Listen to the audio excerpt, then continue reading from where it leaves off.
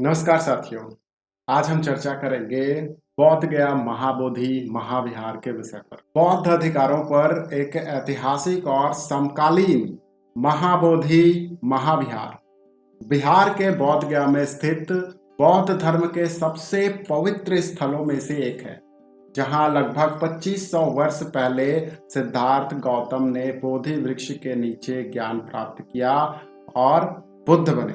सम्राट अशोक द्वारा 3री शताब्दी ईसा पूर्व में निर्मित यह महाबोधि महाविहार सदियों से बौद्ध तीर्थयात्रियों का केंद्र रहा।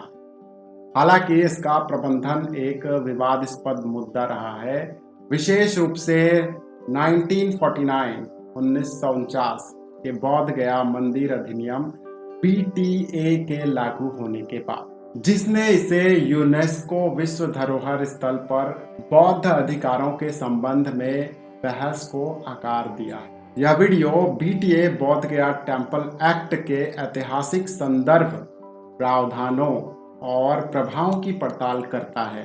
बौद्ध नियंत्रण की लड़ाई को इसके शुरुआत से वर्तमान तक ट्रेस करता है, साथ ही भारत में धार्मिक स्वायत्तता और संवैधानिक अधिकारों के व्यापक सवालों की जांच करता है। ऐतिहासिक संदर्भ भारत में बौद्ध प्रभाव के उतार चढ़ाव को दर्शाता है। सदियों तक यह मंदिर बौद्ध पूजा का केंद्र था, लेकिन 12वीं शताब्दी के बाद भारत में बौद्ध धर्म के पतन और 13वीं शताब्दी में बख्तियार खिलजी जैसे आक्रमणों के कारण यह उपेक्षित हो गया। यह इतिहासकार बताते हैं, पर आप सभी सत्य जानते हैं, बुद्ध धम्म और संघ को पतन किसने किया। 16वीं शताब्दी तक महाबोधि महाविहार का प्रबंधन हिंदू महत्तों, विशेष रूप से 1590 में स्थापित शैव मठ बौद्ध गया मठ के हाथों में चला गया। ब्राह्मण धर्म से संबंधित महंतों ने इस स्थल को अपनी जमींदारी का हिस्सा मानकर नियंत्रित किया। हालांकि बौद्ध धर्म तीर्थयात्री वहां पूजा पाठ कर सकते थे।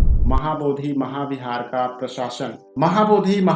का प्रशासन इसके मूल धार्मिक पहचान से रेखांकित नहीं था। बौद्ध नियंत्रण को बहाल करने का आधुनिक आंदोलन 19वीं शताब्दी के अंत में शुरू हुआ, जिसका नेतृत्व श्रीलंका के बौद्ध नेता और महाबोधि सोसाइटी के संस्थापक अनागारिक धम्मपाल ने किया। 1891 में धम्मपाल ने महाबोधि महाविहार का पुनः प्राप्त करने का अभियान शुरू किया, यह तर्क देते हुए कि यह बौद्धों का अधिकार है। उनके प्रयासों को द लाइट ऑफ एशिया के लेखक सर एडविन अर्नोल्ड जैसे व्यक्तियों का समर्थन मिला। 1895 में धम्मपाल ने बौद्ध पूजा पर प्रतिबंध के खिलाफ महंत के खिलाफ कानूनी कार्रवाई की, लेकिन यह असफल रही। 1922 में भारतीय राष्ट्रीय कांग्रेस के गया सत्र में इस मुद्दे को फिर उठाया गया, जहां डॉक्टर राजेंद्र प्रसाद की अध्यक्षता में एक समिति बनाई गई, लेकिन कोई समाधान नहीं निकला। स्वतंत्रता के बाद 1947 में यह अभियान तेज हुआ। नवगठित बिहार सरकार ने महाबोधि महाविहार के महत्व और चल रहे विवादों को मान्यता देते हुए 1949 में बौद्ध गया मंदिर अधिनियम बिहार अधिनियम 17/1949 पारित किया, जिसके तहत महाबोधि महाविहार का नियंत्रण हिंदू महंत से राज्य प्रशासित समिति को हस्तांतरित हुआ। हालांकि इस अधिनियम ने बौद्धों को पूर्ण स्वायत्तता नहीं दी, जिससे दशकों तक आंदोलन की नींव पड़ी रही। बौद्ध गया मंदिर अधिनियम 1949 प्रावधान और संरचना BT एक्ट 1953 में बौद्ध गया मंदिर प्रबंधन समिति BTMC की स्थापना की, जो महाबोधि महाविहार के रख रखाव और प्रशासन की देखरेख करती है। अधिनियम महाबोधि महाविहार को बोधि वृक्ष, वज्रासन, हीरा सिंहासन भी कहते हैं और आसपास के परिसर के रूप में परिभाषित, जिसके सीमांकन का अधिकार राज्य सरकार के पास है। BTMC की संरचना समिति में 9 सदस्य हैं, जिसमें एक अध्यक्ष शामिल है, 4 सदस्य बौद्ध और 4 सदस्य हिंदू, जिनमें बौद्ध गया मठ का प्रमुख शामिल है, और गया का जिला मजिस्ट्रेट पदेन अध्यक्ष होता है।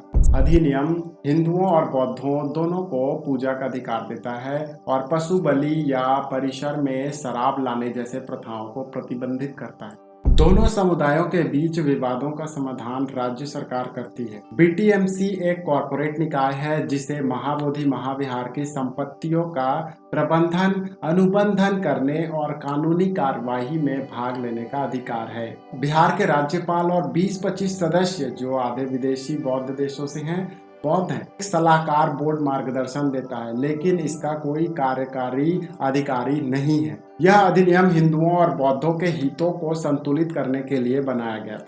बौद्धों का तर्क है कि समान प्रतिनिधित्व और हिंदू अध्यक्षता ने महाबोधि महाविहार को हिंदू प्रभुत्व में रखा। बौद्ध शिकायतें और संवैधानिक चिंताएं अखिल भारतीय बौद्ध मंच, ऑल इंडिया बुद्धिस्ट फोरम और अखिल भारतीय भिक्षु महासंघ जैसे बौद्ध समूहों ने बीटीए की आलोचना की है, क्योंकि यह उनकी धार्मिक स्वतंत्रता को कमजोर करता है। उनकी शिकायतें इस प्रकार है: हिंदू प्रभाव, जो बौद्ध गया मठ के ब्राह्मण प्रधान का हिंदू सदस्यों की उपस्थिति महाबोधि महाविहार की बौद्ध पहचान के साथ असंगत माना जाता है। बौद्धों का आरोप है कि वैदिक देवताओं से संबंधित हिंदू अनुष्ठान बौद्ध ध्यान और पूजा में बाधा डालते हैं। उदाहरण के लिए भिक्षुओं ने बताया कि पुजारी बौद्ध मूर्तियों को अन्नपूर्णा या पांडवों जैसे हिंदू देवताओं के रूप में गलत तरीके से प्रस्तुत करते हैं। संवैधानिक उल्लंघन, यह अधिनियम को भारतीय संविधान के कई अनुच्छेदों का उल्लंघन माना जाता है। अनुच्छेद 14 समानता, समिति में हिंदू बहुमत को भेदभावपूर्ण माना जाता है। अनुच्छेद 15 गैर भेदभाव, अनिवार्य हिंदू प्रतिनिधित्व को धार्मिक भेदभाव माना जाता है। अनुच्छेद 25 धार्मिक स्वतंत्रता, यह अधिनियम बौद्धों के अपने धर्म के स्वतंत्र अभ्यास को प्रतिबंधित करता है। अनुच्छेद 26 धार्मिक स्वतंत्रता, गैर बौद्धों की भागीदारी बौद्ध समुदाय के धार्मिक मामलों के प्रबंधन के अधिकार का उल्लंघन करती है। अनुच्छेद 29 सांस्कृतिक अधिकार, यह बीटी एक्ट बौद्ध अल्पसंख्यकों की सांस्कृतिक और धार्मिक विरासत की रक्षा में विफल है। कुप्रबंधन, बौद्ध मूर्तियों की चोरी, दान के हिसाब में अनियमितता जैसे कुप्रबंधन के आरोप ने बौद्ध नियंत्रण की मांग को और बढ़ाया है। बौद्धों का तर्क है कि भारत में अन्य धार्मिक समुदाय हैं जैसे ईसाई, मुस्लिम, सिख और हिंदू अपने पूजा स्थलों का स्वयं प्रबंधन करते हैं, तो महाबोधि का प्रबंधन बौद्धों के हाथ में क्यों नहीं होना चाहिए? महाबोधि महाविहार एक ऐसा बुद्धिस्ट प्लेस है जहां बौद्धों के पास इसकी मैनेजमेंट पावर नहीं है। ये बहुत बड़ा अपवाद बन जाता है। ये सवाल उठता है कि क्या अन्य हिंदू मंदिरों में क्या हमारी बौद्धों की मैनेजमेंट टीम में सदस्यता है या फिर किसी अन्य धर्मों की? नहीं, हमारे धार्मिक स्थलों में ऐसा क्यों हो रहा है? ये सवाल बहुत बड़ा है। बौद्ध नियंत्रण का आंदोलन, इतिहास से वर्तमान तक बौद्ध नियंत्रण की लड़ाई में लगातार आंदोलन, कानूनी लड़ाई और राजनीतिक वकालत शामिल रही। 1949 की आंशिक सफलता ने बौद्ध मांगों को पूरा नहीं किया, इसलिए 1992 में भदंत नागार्जुन सुराई ससाई जैसे नेताओं के समर्थन में अखिल भारतीय महाबोधि महाविहार मुक्ति आंदोलन समिति ने अधिनियम में संशोधन की वकालत। 1995 में 85 दिनों तक चले विरोध प्रदर्शन के बाद मुख्यमंत्री लालू प्रसाद यादव ने बौद्ध भिक्षुओं को बीटीएमसी में शामिल किया, लेकिन पूर्ण नियंत्रण की मांग अनसुलझी। कानूनी चुनौतियां, 2012 में बौद्ध भिक्षुओं ने बीटीए को निरस्त करने के लिए सुप्रीम कोर्ट में याचिका दायर की। 2025 में एआईबीएफ ने तत्काल सुनवाई के लिए हस्तक्षेप याचिका दायर की, जो प्रगति की कमी से निराशा को दर्शाती। फरवरी 2024 से ऑल इंडिया बुद्धिस्ट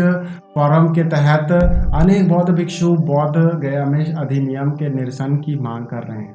45 दिनों की भूख हड़ताल सहित ये विरोध हाल के इतिहास में सबसे लंबे हैं। लद्दाख से मुंबई तक विरोध प्रदर्शन फैल चुके हैं, जिसमें 500 से अधिक अंतर्राष्ट्रीय बौद्ध संगठनों और 30,000 हस्ताक्षरों वाली याचिका का समर्थन है। साथ ही साथ विश्व के बौद्ध देशों द्वारा इस आंदोलन को समर्थन मिल रहा है। और ये बात सत्य है कि बौद्धों को उनकी महाबोधि महाविहार दे देनी चाहिए। 2025 में राज्यसभा सांसद उपेंद्र कुशवाहा और बिहार में सीपीआई एमएल विधायकों ने महाबोधि महाविहार को बौद्धों को सौंपने का आग्रह किया कि बौद्धिस्टों का यह मंदिर है तो उसमें बौद्धिस्ट लोग ही होने चाहिए, यह तब आपको नहीं लगा था। आज आप सुझाव दे रहे हैं तो मैं सुझाव का भी समर्थन करता हूं। और इसी वजह से, इसी प्रताड़ना के वजह से 14 अक्टूबर 1956 को बाबा साहब ने बौद्ध धर्म को अंगीकार किया और बोध गया महाविहार जो बीटीएमसी एक्ट 1949 जो बना वो आज भी कार्यरत है, जिसके तहत उसमें 4 बौद्ध लोग होंगे, 4 हिंदू लोग होंगे और जिला पदाधिकारी जो हिंदू होगा उसके पदे नजर। 1 मिनट और आपके पास है। महोदय, हम ये कहना चाहते हैं कि ये 9 सदस्यों में 5 हिंदू होंगे, 4 बौद्ध होंगे। क्या ये सिर्फ बौद्ध धर्म के लिए लागू होता है? यदि ये लागू होता है, संविधान लागू हो गया, तो बीटी एक्ट को खत्म करना चाहिए और उनको भी आर्टिकल 26 के तहत उनको भी धार्मिक स्वतंत्रता का अधिकार है, उन बौद्ध भाइयों को भी मिलना चाहिए। यदि नहीं ऐसा है तो हम तो मांग करते हैं सदन से कि अयोध्या मंदिर में भी इस्लाम धर्म के मानने वालों को मेंबर बनाया जाए, जैन धर्म के मानने वालों को मेंबर बनाया जाए, बौद्ध धर्म के मानने वालों को मेंबर बनाया जाए। बोध गया मंदिर अधिनियम, जिसे बीटी एक्ट 1949 कहा जाता है, को निरस्त करते हुए आंदोलनरत तमाम बौद्ध अनुयायियों की मांग पर बोध गया मंदिर के प्रबंध समिति के सभी 9 सदस्य में बौद्ध धर्मावलंबियों को ही रखने की मांग सरकार से करता हूँ। समकालीन विकास और चुनौतियां 2024-25 के विरोधों ने महाबोधि महाविहार के प्रबंधन पर फिर से ध्यान आकर्षित किया है। AIBF all India Buddhist forum ने BTMC को पूरी तरह बौद्धों से युक्त बोध गया महाबोधि महाविहार चैत्य ट्रस्ट में बदलने का प्रस्ताव दिया है। हालांकि कई चुनौतियां बनी हुई हैं। नीतीश कुमार के नेतृत्व वाली बिहार सरकार सतर्क रही है, संभवतः चुनावी विचारों और हिंदू समूहों के प्रभाव के कारण। बोध गया मठ का तर्क है कि महाबोधि महाविहार की हिंदू बौद्ध साझा विरासत है और कुछ हिंदू पुजारी बुद्ध को विष्णु का अवतार मानते हैं, जिसे बौद्ध अस्वीकार करते हैं, क्योंकि बुद्ध ने अपने जीवन में मनुवादी व्यवस्था का कभी भी पालन नहीं किया और उनके सारे वेदों का खंडन किया है। बुद्ध के धर्म को खत्म करने के लिए साजिशपूर्ण उन्हें विष्णु का अवतार बताया गया। हम बहुजन बौद्धों को इस गुमराह से निकलने के लिए बाबा साहेब अम्बेडकर ने अपनी 1956 में जो बौद्ध धर्म की दीक्षा ली, उन्होंने साफ स्पष्ट कर दिया, हे बहुजन बौद्धों, तुम्हें 22 प्रतिज्ञा के अनुसार चलना है और बुद्ध कभी भी विष्णु का अवतार हो नहीं सकता है। 2012 की याचिका पर सुप्रीम कोर्ट की देरी ने बौद्धों को निराश किया है। महाबोधि महाविहार के वैश्विक बौद्ध तीर्थ स्थल के रूप में श्रीलंका, थाईलैंड, जापान और अन्य बौद्ध देशों का समर्थन मिला है। बौद्ध अधिकारों के लिए व्यापक प्रभाव, महाबोधि महाविहार पर संघर्ष भारत में धार्मिक स्वायत्तता और अल्पसंख्यक अधिकारों के व्यापक मुद्दों को दर्शाता है। अम्बेडकरवादी आंदोलन, जो बौद्ध पुनरुत्थान और सामाजिक न्याय पर जोर देता है, इसका प्रमुख समर्थक रहा है।